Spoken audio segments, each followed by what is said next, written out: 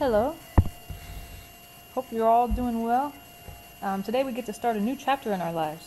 How often can you say that and you're really serious about it, right? Yeah, it's not like, oh, I bought a new outfit and I'm starting a new chapter in my life, or I'm trying a new moisturizer, something like that. This is seriously a new chapter. That's not even a metaphor or anything. Think about it. Anyway, so a new chapter. I hate to be biased, but I think this is my favorite chapter. It's I don't know, it's super fun. It's like using a lot of logic. If you've taken a philosophy class like Intro to Philosophy, or I don't know if they have a pure logic class in this school, but I know at other schools they do.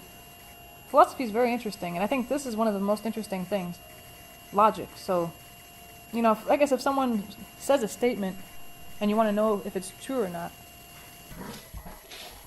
So yeah, if someone says a statement and you want to know is it true or false, then well, this section won't quite give us all the information we need, but it's building up to how to do that, which I think is interesting.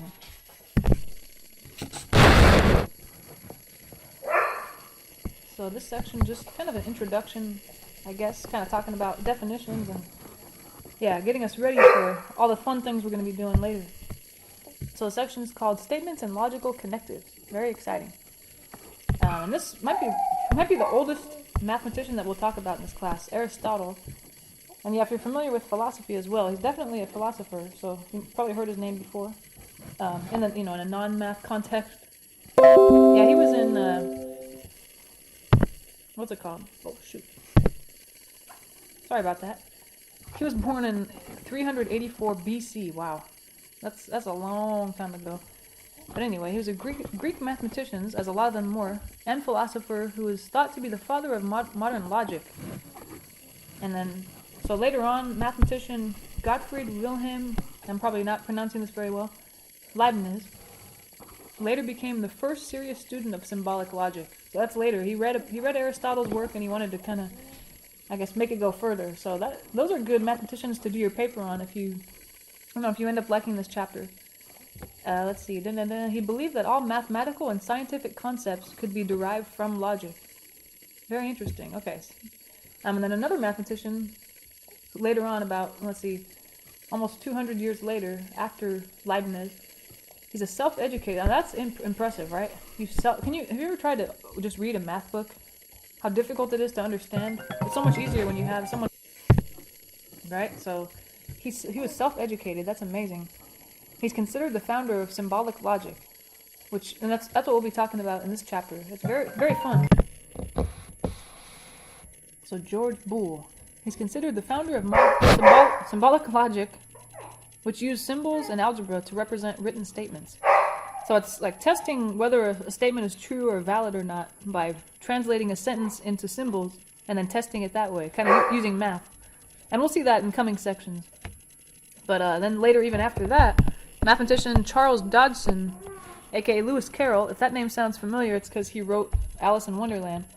But he incorporated many interesting ideas. Oh wait, many ideas. Whoops, I think there's only one many there. Sorry about that. From logic into his books. So I should cross off one of those manys. Sorry. Alice in Wonderland, and then I guess Through the Looking Glass is a sequel. I didn't know that, but okay. And I don't know if it's true, but it's kind of interesting. Someone was telling me that that Charles Dodgson, the guy that wrote Alice in Wonderland, he wrote Alice in Wonderland in a response to abstract math. So I don't know. If you don't know much about abstract math, it's like, yeah, it's really abstract, and it's seemingly no frame of reference in the real world. So I think, from what I've heard anyway, Alice in Wonderland was his ridiculous reply to that. He said, he kind of wrote the story and said, look, this is what's going on if you use abstract math. This is like, look how abstract it can be. This is just ridiculous. And I don't even think he meant it to be a good story or anything like that, but people they end up liking it, even though he meant it as a joke. I don't know if that's true, but that's what I heard, and I kind of hope it's true, because it's funny. But let's see. And then in the book, it kind of mentioned why we might care about logic, and I think that's important. And actually why we care about math, because math, it kind of stretches our brains, makes us think in a different way. So math and logic, it exercises the mind's ability to reason. Understanding logic will enable a person to think clearly, communicate effectively, make more convincing arguments, and develop patterns of reasoning that will help in decision making. So I think that's true of math. Maybe when people say, why do I have to learn this? Why do I have to learn that? Algebra, blah, blah, blah. I won't use it in real life. I think it just helps you think better, use logic. It's not helpful in and of itself. It's just, it kind of exercises your brain and makes it stronger in a different way. So, okay, unfortunately, the bad thing is we have a lot of new definitions in this section. And it's kind of how all the chapters go, right? The first section is just kind of an intro, lots of new definitions and symbols. And then the coming sections, you kind of use them to do things. So, sorry about all these definitions, but what do we have first? The first one, a sentence that can be judged to be either true or false is a statement. So that's not so bad. Then they say a simple statement, such as the sky is purple, it conveys one idea that can be assigned a truth value. So it's, the sky is purple, that's either true or false. Obviously it's false, but, yeah, it's something like that, or the sky is blue. That's either true or false. It happens to be true, but definitely it's either true or false. While a compound statement, like John is going to school or John is sick, it conveys more than one idea that can be assigned a truth value. So that one's harder to say whether it's true or false, right? Like, what if John went to school, but he was not sick? Then is that statement in quotations right there true or false? So we'll kind of see how to test those to see if they're true or false in coming sections. And then we have the negation. So you kind of think something negative, or I guess opposite of something. The negation of a statement, it's the opposite of that statement. So for example, the negation of the statement, John is going to school, is John is not going to school. So just think negation as, I'm taking a statement and I'm going to say the exact opposite. And usually that just involves adding the word not. Or if the statement already had the word not, I just take the word not away. But one thing that's important is the symbols. So we're going to be studying symbolic logic, and we're going to be using symbols all over the place. So you might want to know here's the symbols for it. It's like a little, I think they call that a tilde. Is that right? That little I don't know. Looks like half of an remember we had approximately equal to before? It was like this guy right here. But if you only take one of those, that's kind of the symbol. That, A, where A is a statement. So if I say this little symbol, tilde A, that means not A, or opposite of A. Let's see, and then the words all, none, or some, each of those is called a quantifier in symbolic logic. So those words, when those words are in a statement or a compound statement, we kind of have to treat them separately, or treat them differently and really think about what that means. We must be extra careful when coming up with the negation of a statement containing a quantifier. So we'll see about that. And then connectives, often used to join two simple statements, and or, if then, and if and only if. So like the one above, where was it? Let me see here. Where'd we go? Oh, here we go. John is going to school or John is sick.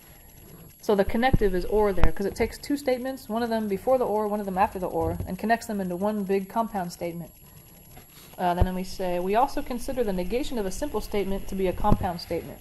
So as long as you see the word not in a statement, that's not considered just a simple statement anymore. It's now compound because there's something more complicated going on. There's the word not. So then what else? The conjunction of a statement, the conjunction of two statements. Where is it? The conjunction of two statements. The conjunction of two statements is a compound statement containing the word and. So that's very specific. If you see ble and ble, it's a conjunction. And then it's also, there's a symbol. It kind of looks like the intersection symbol, except it's pointing here. A conjunction B. So it's hard to remember, but think, here we go, this guy. It's A, almost looks like another A, except there's missing that middle line. But think of the word and. So that kind of looks like an A in the middle, right? Like a capital A. So think that one for and we'll have a different one for or. The disjunction, so that's or. Conjunction is together, and disjunction is like one or the other. It's where you have two statements connected by or, and it's just, the symbol is exactly the same as the conjunction, but it's upside down. So conjunction, disjunction, and or, one of them's going to have that symbol, one of them's going to have that symbol upside down. So just, again, to remember which one's which, just think, which one looks more like a capital A for and? It's this top one, right? It looks like a capital A, but just missing the line through it. So that's how I remember which one's which, I guess. Then what? The conditional, sorry, this is a lot of definitions, right? What else do we have? The conditional statement is an if-then statement. So for example, if it rains, then I will bring an umbrella. So we'll be seeing those guys a lot. If you see the word if, blah, blah, blah, comma, then, blah, blah, blah, that's a conditional. The name actually makes sense because you're only going to bring an umbrella if it rains. So the umbrella is conditional on the rain. And then symbolically, it's statement A, arrow statement B, kind of to show implication. So for example, rains implies umbrella. So the arrow shows the left thing implies the right thing. And these won't be that important, but just in case you see them in the homework, A is called the antecedent. It's the statement before the then, and the consequent is a statement after the then. So antecedent, I guess, is what implies the consequent. And then lastly, finally, the biconditional statement, or you call it if-then statement, symbolically P, and then it looks like an arrow going both ways. So anyway, a biconditional, you know it's biconditional if you see those words here, if and only if, like in this example. I will bring my umbrella if and only if it is raining. So that shows that there's implication going both ways. Like, okay, if it rains, rains means I'll bring an umbrella. Okay, for sure, just like the last one. But also umbrella, oh sorry, I should do it the other way. Umbrella implies rain. So I'll bring an umbrella if and only if it rains. Or if it rains, or sorry, what do they say? I'll bring my umbrella if and only if it is raining. One thing will imply the other, and then back and forth as well. So umbrella would imply raining, raining would imply umbrella. So it's like a conditional statement, but the implication is going both ways.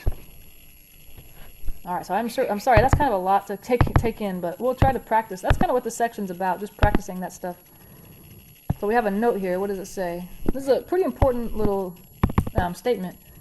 That if you, pretty much, you know what it says? Like, an easier way to remember this statement here, I'm going to try to take up some room. If you have a negation in front of a statement that's either a conjunction or a disjunction. Like here's a conjunction. You can kind of think of it like a negative, What if you distribute a negative, blah, blah? Well, then the negative goes to the one thing, the negative goes to the other thing. But if it was a conjunction, now it becomes a disjunction. And then the other way as well. What if you have a negation in front of a disjunction? So something or something. Well, think of it as you can distribute the negative or the negation. So P gets a negation, Q gets a negation. But it was a disjunction, now it's a conjunction. So kind of think of it that way. A negative can distribute in, but it's going to change the sign or the disjunction to a conjunction and vice versa. So that might be helpful coming down the line. Okay, so let's test out all our new knowledge. It's hard to remember all that, but that's what these problems are all for. Okay, example 1 says, write the following compound statements symbolically, using P and Q as statements. So it's probably going to be P and Q, or P or Q, or some kind of, just one of those symbols in between. But each part you should define what P and Q are. And maybe that seems silly, but it's going to help us in coming sections. So the first part A says, if Andre plays in the World Cup, then he will play for Spain. So that looks like a conditional. It's something implies something. But the arrow's only going one way. It doesn't say if and only if. So I think this would be the statement symbolically, but I should say what P is. P is Andre plays in the World Cup. Alright, what is that implying? And you don't need to put the word if, because again, if and then, those are already part of the conditional. The blah implies blah. So those won't be part of your statement. Those are just, again, that kind of goes to show that you can have an arrow in between the two. And Q would be what follows the word then. He will, if you want to, you could say Andre again. Because at this point, he will play for Spain. You say, wait, who's he? So you can leave it as he, or you can write Andre, just to make it clear who it was. Yeah, just keep it optional, whatever you want to do. And that's it. It's just, again, I think these are just trying to reinforce the symbols, try to make you memorize all these symbols. Part B, Bobby joined the army, and he didn't get married. So I'm going to say, let's say P is this statement, and remember that's this, I guess like part of a triangle with the bottom missing. And then he didn't get married. Remember that that's a compound statement. So I'm not going to just say Q, I'm going to say negation, because didn't is not or negation. So be careful. Anytime you see something negative like not or didn't or wouldn't, I don't know, I don't know what else, but you want to put a negation there. And let me see, what would P be then? P is the statement Bobby joined the army. Q would be, well, it would have been he didn't get married, but since I put the negation there, he got married or he did get married. And I'm not putting the word not in there. I'm not writing didn't, because this little negation symbol already does that for me. So when you make your statements, you know, P is this, Q is that, make sure there's no negatives in there. The symbol, the negation symbol, will do that for you. You want to keep P and Q as simple as you can, with no negations, no ands, no ors, nothing like that. We'll add those later with symbols. Let's try part C. Part C says, it is false that Tim teaches physics or drives a Honda. So I guess false, it's kind of misleading, but remember false is another way to say not true, or you know, not true that blah, all this stuff that follows. So I'm going to say negation of everything that follows. So the words, it is false that, that's just a way of saying negation. And then Tim teaches physics, I guess that could be statement P. Or, remember that means the upside down kind of triangle symbol. Drives a Honda, okay, that's Q. I don't see any nots in there. If he said doesn't drive a Honda, I would put negation. And another thing is P or Q, that should be in parentheses. Because I said it is false that, and everything that follows is what's false. So you want to make sure that negation is kind of applied to everything after the words. It's false that. So P would be Tim teaches physics. And then Q would be, I could say drives a Honda, but that's not a good statement. I'm going to say Tim drives a Honda. Or he drives a Honda. There we go. So I think that works. It is false that, or in other words, not true that, and everything that follows it is what's not true. Tim teaches physics, or he drives a Honda. Alright, part D. Janet will not win the tournament. Alright, right there I might want to just start writing something. So not, because there's the word not. Even though it's in the middle of the statement, it's okay. Still, any kind of negative is going to be negation. And then if and only if, remember that's the symbol with the arrow going both ways. So I'm going to say arrow going both ways. She forgot to practice, or she forgets to practice. Well, there's nothing negative in there. You know, there's no word not or didn't or doesn't. So it's a statement Q. Yeah, not P, if and only if Q. And P would be the statement, pretty much the statement before if and only if, except with the word not discluded, because the negation already takes care of that. Janet will win the tournament. That feels wrong to say that, because I know it says she won't. But again, that negation symbol is already going to take care of that for me. And then Q would be what follows the if and only if. She forgets to practice. Okay, I think that looks good. How about... Okay, now example 2 just wants us to negate the following statements. So it just pretty much says, what's the opposite of what this says? All Mustangs are Fords. So I could say, it is not true that blah. That'd be a way to start it out. That all Mustangs are Fords. But if that's actually a good answer, but let's say this is a multiple choice problem and you don't see that answer in there. There might be ways you can write it kind of differently. It is not true that all Mustangs are Fords. What would that mean? That would mean some Mustangs aren't Fords, right? Yeah, it's not true that all Mustangs are Fords. Well, then there must be some kind of Mustang out there, or Mustangs, plural, that are not Fords. And we know in real life that's not true, but again, they're just asking us to find the negation. It doesn't matter if it's true in real life or not. Just try to make the statement that you're given the opposite of what it says. That's all. And the same thing for part B, they want us to negate that. What's the opposite of that? And again, it's a good way to start to say, it is not true that, it is not true that, what they said, no Capricorns are Leos. And then think about what that means. Leos.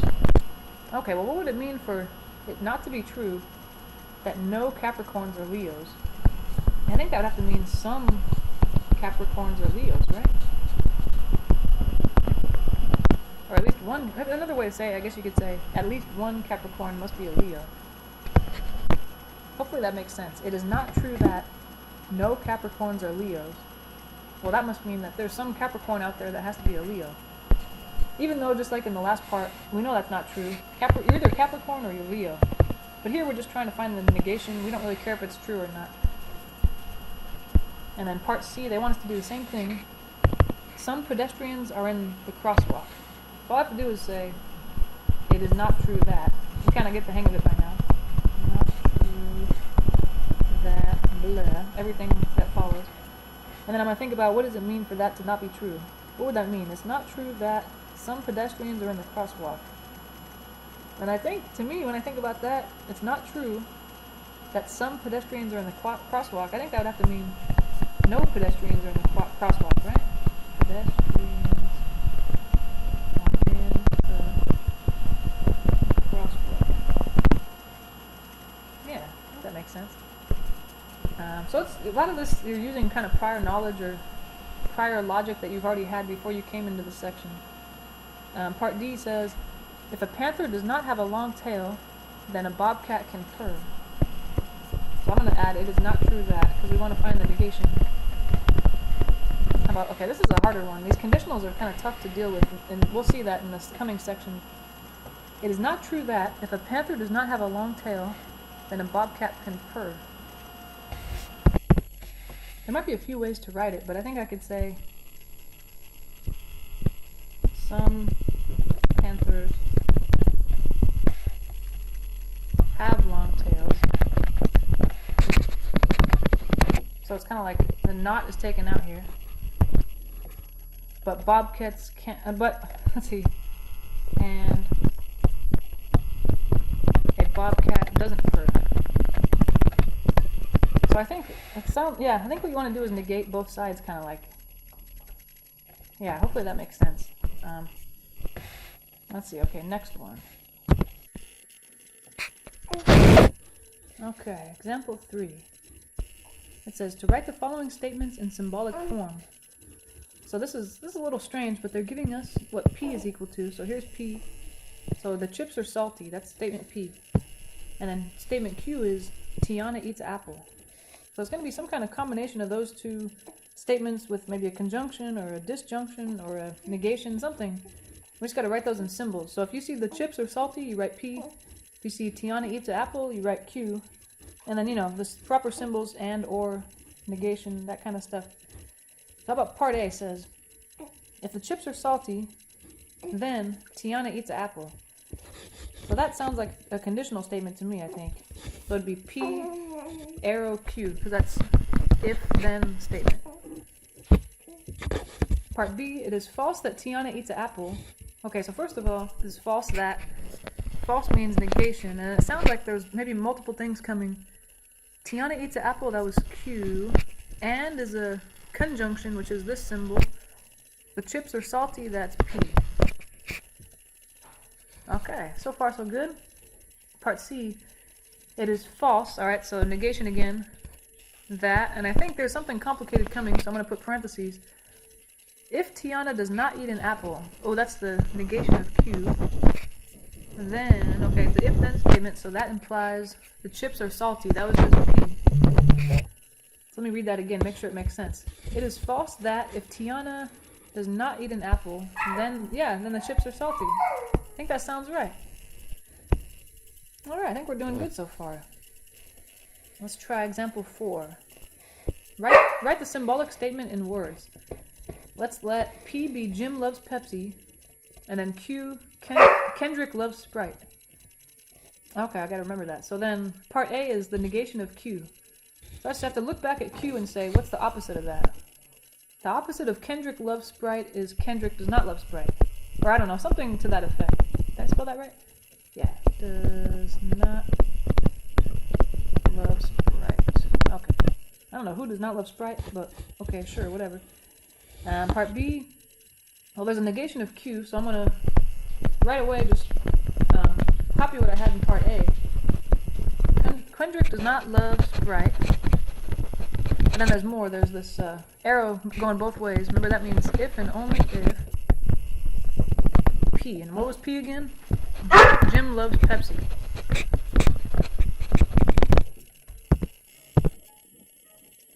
And then part C, so it's the negation of something complicated, P or Q. So you know what, if you want, you can just say, I'm going to take care of the negation later. So it's going to be something, some blank, I'll fill that in. And then P or Q. What was P again? Jim loves Pepsi. And remember, the upside down triangle thing is or. And then Q was, what was it? Kendrick loves Sprite. Alright, Kendrick. Of course he does. Everybody does. What the hell? And, okay, so what's the negation of that whole statement? I think a lot of times when there's a negation in front of parentheses, you can just say, like we saw above, it is not true that blah. That's the easy way to take care of it. Okay, so the whole statement is, it is not true that Jim loves Pepsi or Kendrick loves Sprite. Sounds good. Alright. The next one, though, there are no parentheses, so I think I can just kind of negate P and negate Q separately. So, okay, what was P again? P was Jim loves Pepsi. The negation of that would be Jim does not love Pepsi. Or Jim doesn't love Pepsi, whatever. Doesn't love Pepsi. And then that symbol in the middle is the and symbol. So, and, the conjunction. And then not Q. What was the opposite of Q? Opposite of Kendrick loves Sprite is Kendrick does not love Sprite or Kendrick doesn't love Sprite. There we go. Alright, I think that sounds good. It's kind of harder for us to come up with the words, I think, than it is for, like in the previous example where they give us the words and we have to write the symbols. That seems a little more difficult. But alright, I think this is the last example. It's kind of sad. But this one's complicated. We're going to get to sections where we have 3 statements and then some really complicated combination of the 3. So this should be good practice. This is the same as the previous example, except there are 3 statements. P, the weather is 70 degrees. Q, the sun is shining. And then R, we go swimming. So we'll do our best to see if we can write the symbols and words. And so parentheses, if you see parentheses, you should focus on that first. What does that say? The P, and that's an or symbol, so it's something or something. And P was the weather is 70 degrees, so I'll write that first. The weather is 70 degrees. And then or, what was Q again? The sun is shining.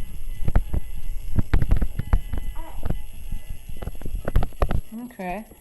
And then I guess if you want, I don't know if it's necessary, but you can put a comma. I guess that kind of shows that this was one compound statement in parentheses. So that's all together. The weather is 70 degrees or the sun is shining, comma. That kind of shows that was all one item. And then the next symbol is a conjunction and not R. Okay, what's the opposite of R? What's the opposite of we go swimming? We don't go swimming. Or something to that effect. But you know, like if this was on an exam and you didn't put that comma, I'd be okay with that. Yeah, I'm not too worried about that comma. Just I think it's probably more correct, and that might be how you see it on the homework if there's multiple choice answers. All right, let's see. Part B. Again, there's something in parentheses, so it's probably going to be like the previous one where it's some combination of 2 statements and then comma the rest of it. So it's Q and R because that symbol is and. What was Q again? The sun is shining. And what was R? We go swimming. Alright. And then, yeah, if you don't put this comma, that's okay. But I think it's kind of nice because it shows that these 2 statements go together, comma, and then the rest of it's kind of separate. And then remember, implies, oh, okay, that means there's an if-then. So I should have put if in the beginning. That's okay, I'll just add it now. If the sun is shining and we go swimming, then P. What's P again? The weather is 70 degrees. Alright, so notice that the arrow, where is it? The arrow, hold on. Come on, buddy. Shoot, sorry about that. Hello. Okay, the arrow, this guy. All that does is it forces you to put the word if in the very beginning, and then right where the arrow goes.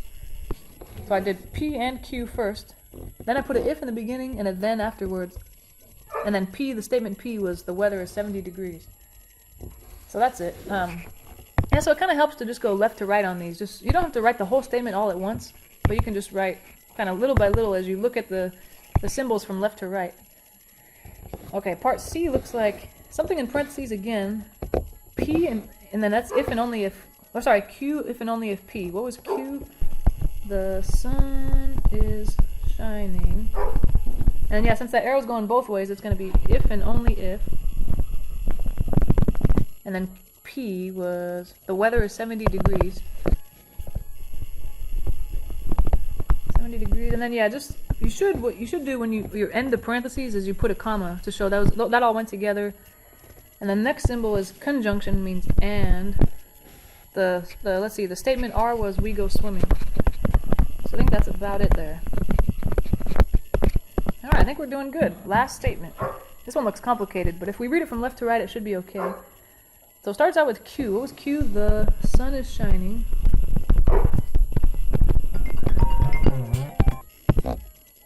But then we have the implication. So that means the if-then statement. That means I should have put the word if in the beginning. I better write that now. So it's if the sun is shining, then... Alright, now we have parentheses, which... I don't know, we'll see what to do with that, but then what is it? P if and only if R. Then what was P again? The weather is 70 degrees. Is 70 degrees if and only if. And what was R? We go swimming. I think that's all we have to do. Kind of the P and R were already kind of in the same area because it's separated by a comma. So I think that's it.